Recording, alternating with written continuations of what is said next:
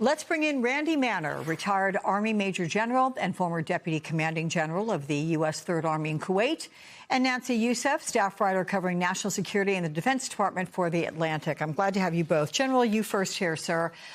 Your thoughts on not just the clearly dramatic, successful rescue, but also the president's reaction today? I hope that this Easter Sunday provides some solace for our military members and their families and gives them a little bit of hope that perhaps Trump might end this war sooner than later so they can come home. I think it was a small miracle that all the military were evacuated safely, despite the fact that they had to destroy another HC-130 on the ground. Our search and rescue assets are very, very limited, so that is a loss as well. I'm sure there'll be much more information that will be disclosed about why those assets were lost. I think, again, this demonstrates fully that the administration's comments that we have air dominance, whatever that means exactly, we cannot fly freely over Iran. They have the ability to attack our aircraft going over that territory, and we need to have our eyes open to not ever underestimate the threats of our enemy. In this particular case, demonstrated to be true. Nancy, what are you hearing from your sources today? Is the president's bluster well received, or do career officers see this as taking the luster off of their extraordinary military success in that rescue? Well, I think when you're in wartime, military leaders, military officers, and the rank and file want everything they need to support their mission. And I think the concern is when this kind of rhetoric is introduced, that it's a not helpful factor in their effort to fight this war. Among the things that the president said, that praise be to Allah, I'll remind you that it's Gulf states that have bore the brunt of the attacks by the Iranians. And I think those comments in particular really conflate the mission, in that the president started this by saying at 2:30 in the morning on a Truth Social post that this was about helping the Iranian people. Between that kind of comment, the mention in the speech about destroying Iran back to the Stone Ages, the targeting of infrastructure, it appears, I think, to the Iranian people and to the broader region that this is not a campaign to help them, but rather targeting them and conflating them with the Iranian regime.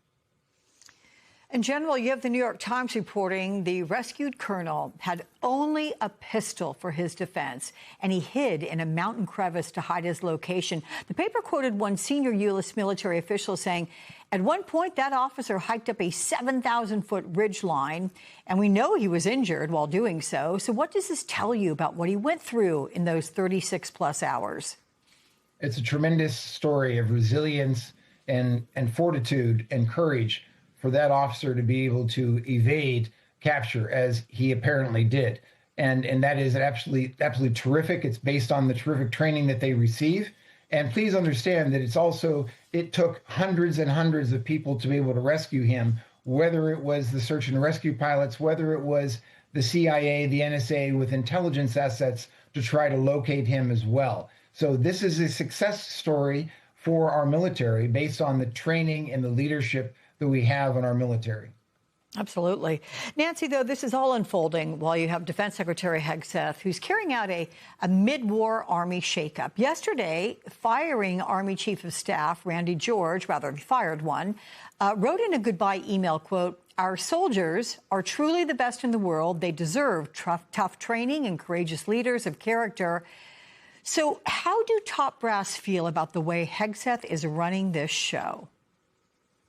So usually when generals are fired during wartime, it's because of conduct during wartime. But that doesn't appear to be the case here, but rather sort of a personal animosity. The secretary has taken particular interest in the Army and the personnel decisions around it.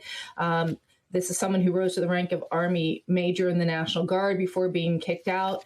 And so on one hand, it doesn't directly impact the war, but I think where it does have impact is that we don't know the reasons for these firings. And so what it's had is this sort of climate of fear that it creates inside the department, but because people don't know why someone is being fired. And I think it makes people less willing to give their candid military advice for fear doing so could cost them their jobs in the absence of a clear explanation for what's happening. And that has an impact on the conduct of the war, because if there's ever a time that top military commanders and the president need candid advice, it is during a war, certainly one as complex as this one. And so that's where I think we'll feel it immediately. Longer term, I think it's raising questions among the ranks about who is a welcomed member of the service, what keeps someone from being fired, and frankly, who will be next? Because I think there's an assumption inside the building that there will be more. And General The Hill is among several news outlets that Trump spoke to today, and he declined to rule out using ground troops in Iran.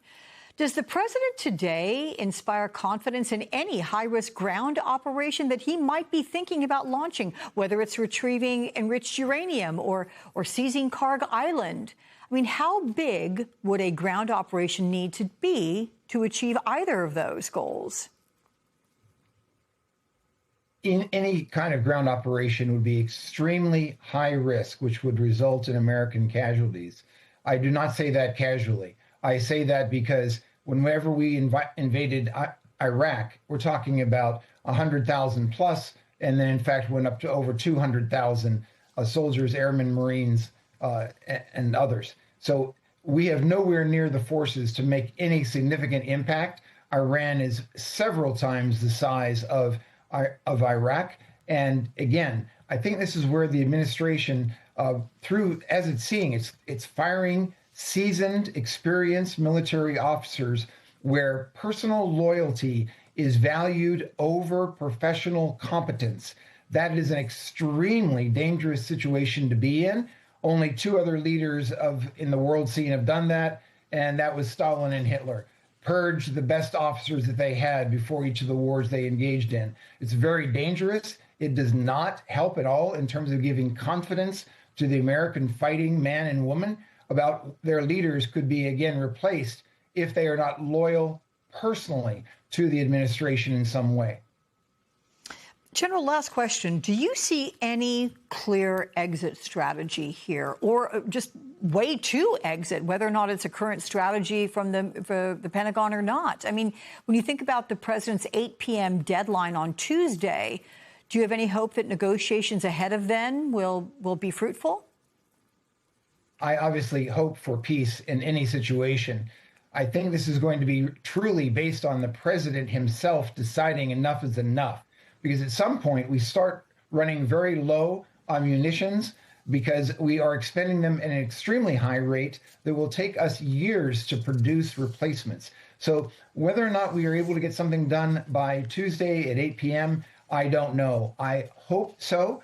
But at the same time, because I don't know what's going on behind the scenes, and because I don't know what the criteria was for this war to begin with, I think that there's a great deal of uncertainty. And that uncertainty, of course, is what is affecting the American people, the stock markets, and, of course, the world. Okay. Nancy Youssef and General Randy Manner, thank you both so much for joining me on this holiday.